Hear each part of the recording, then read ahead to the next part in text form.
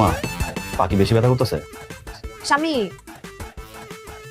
আমি একটা কথা কয়াম কইতা বলো। শাশুড়ি মায়া কোনো শাশুড়ি মায়া মায়া আপনি পা দোকান আমার দিকে এগিয়ে দেন, আমি যাম না। আমার মায়া যে অন্যটা করে যে আমি তার পক্ষ থেকে মাপ চান, দেন এগিয়ে দেন। এই তুই তোর বড় আমার ঘর থেকে বাইর কর, তা না হলে কিন্তু আমি ওর লাত্তি দিয়ে বাইর করে দিব। কেমন লাগতে হবে? তোমার পাই তো ভাঙা। কথা সত্য। জামাই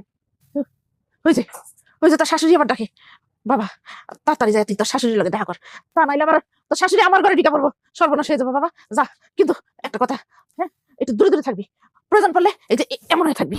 হ্যাঁ তুমিও তো এরকম করেছিলে, কিছু লাভ হয়েছে? বাবা বানছো গারো বানছো। তাহলে এমন হয়ে থাকবি।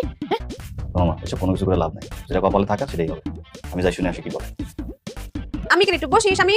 আমার দাদা, হ্যাঁ বোমা তুমি এক কাজ করো, তুমি এখন চলে যাও। হ্যাঁ আমার যদি কিছু লাগে তাহলে আমি তোমার কাছে যাব, তুমি আমার কাছে আইসো না।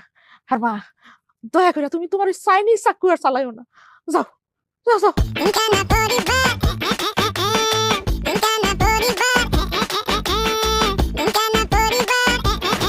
আমা বলেন। ও আইসো। হ্যাঁ, এই যে আমরা। জামাই আমরা তো খুব শর্মিন্দা করছি। হ্যাঁ আমরা লাগি তোমার কি বিপদ, আমরা তো দিন কানা কি করবা কও।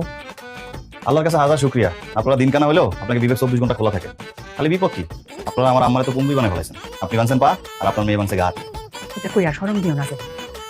জামাই আমি যাই গা, আমি এনে থাকলে তোমার বিপদ আরো বাড়বো। আর শুনো এই যে রাইত হইতাছে, আমি আমার মুখটা ব্যান্ডে কেমবা দেখাইয়াম শরমের কথা কি অঘটন রায় ঘটাইছি, তার জন্য আমি যাই গা। জামাই কালি আমার মায়ের একটু মানান একটু কঠিন হই বাকি তে তুমি চিন্তা হই না যে আমি আমার কথা তিনটা রেকর্ড করে দেয়া যায়। আমার মেয়ে তো ইতিহাসে গাইবো, যেমন ধরো আমার মেয়ে কইবো ও মায়া খাইতে আও, আমি কইলাম মারে পেটটা কিরকম বড় বড় লাগতেছে একটু পরে খাই।